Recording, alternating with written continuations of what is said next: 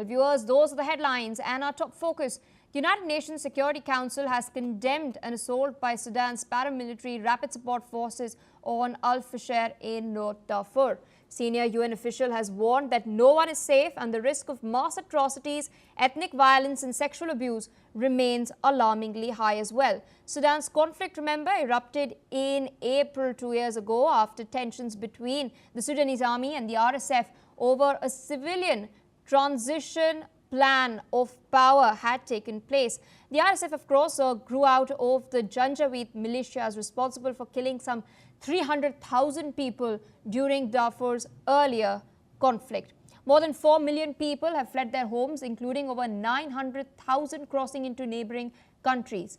The United Nations say that it will keep pressing all those with influence to prevent further violations and atrocities. Listen in to what the Assistant Secretary General for Africa, Martha Emma Ayapobi, had to say. The situation is simply horrifying. Shifting military dynamics continue to shape the course of the conflict.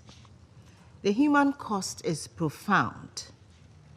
The risk of mass atrocities, ethnically targeted violence, and further violations of international humanitarian law, including sexual violence, remains alarmingly high across the country, and particularly in el-fasher. Despite commitments to protect civilians, the reality is that no one is safe in el-fasher. There is no safe passage for civilians to leave the city. There are also reports of large-scale atrocities perpetrated by the rapid support forces in Bara, in North Kordofan, following the recent capture of the city. Meanwhile, Sudan's paramilitary rapid support forces say that they have arrested several of their own fighters accused of committing abuses during the capture of Al-Fashir. The RSF has stated that the detained men are being investigated for violations that occurred during what they called the liberation of the city. Among those arrested is a fighter known as Abu Lulu, identified in multiple videos showing summary executions. These videos were posted on TikTok. The arrests come amid growing international concern over atrocities in the ongoing conflict between the Sudanese army and the RSF. With us on the broadcast is Dr. Satoru Nagao, fellow at the Hudson Institute, joining us from Tokyo. Thank you so much for taking our time speaking to us on NewsX World. There are about 450 people who've lost their lives since the RSF has taken control of the Al-Fashir city. There are ethnically targeted killings that have taken place. Sexual assaults have also been reported. The RSF leader has meanwhile claimed that they are taking action against those who have committed such executions. United Nations Security Council has also held an emergency meeting. But refugees are still trickling into nearby camps in cities that are not controlled by the RSF. In light of this, what are the immediate issues that the United Nations needs to solve on the ground?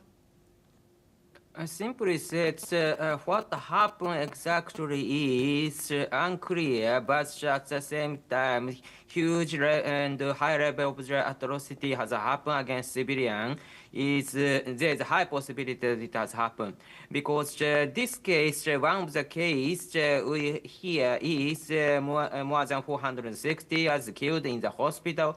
But because this is a hospital and the connected communication has happened, that's why they can inform what happened. So in the other areas, there is no communication and it is not easy to identify, but the same things could happen in wider area in this city. So that's why firstly, the international society need to identify what happened. But at the same time, why it has happened, why it has dark and unclear is because this is too high risk and other people cannot enter this area. That's why it is not clear what happened. So this means that international community hesitate to touch this area indeed, even if they identified what happened. Indeed, and we've also seen the Sudanese representative criticizing the United Arab Emirates, an American ally, of backing the RSF. The UAE has denied reports that it provides weapons and funding to the RSF, but there was a finding that was made by a UN panel back in 2024, which found all of these claims to be credible. There's a lot of criticism that's also being leveled at the UAE, with the experts now coming in stating that UAE has its own interests in securing, in fact, its inroads in the agricultural sector and business as far as the agricultural sector in Sudan is concerned. What do you make of all of this? In case of the proxy war, it is difficult to prove that one side is supported by which country. So that's why there is a possibility that it has happened, but it is not clear. And if the UAE denied their support to RSF, there is no possibility that other country can make the pressure to UAE. Because there is no proof, evidence or something like that. So this is very difficult, I think. But in case of the civil war, in case of the war is happening in the other country, of course there is a possibility the view from the country around this has motivation to support one side to expand their influence. So that's why, of course, there is a possibility that such kind of the proxy war could happen. But this atrocity itself, atrocity against civilians itself is not directly linked with the support from the other country. These issues generally directly linked with the situation of soldiers. If the soldier receives a constant salary or enough support from the other organization, in this case, atrocities level is relatively low because discipline level is high. But generally, this kind of war crimes easy to happen because of the level of the soldier are very low and their salary system is very rough. And in this case, looting itself is salary for them. So that's why the RSF level is something like that is proved by this incident, and this means that it is not easy to control because the RSF leadership do not have to control and do not have not only the will but also the capability is also lacking to control.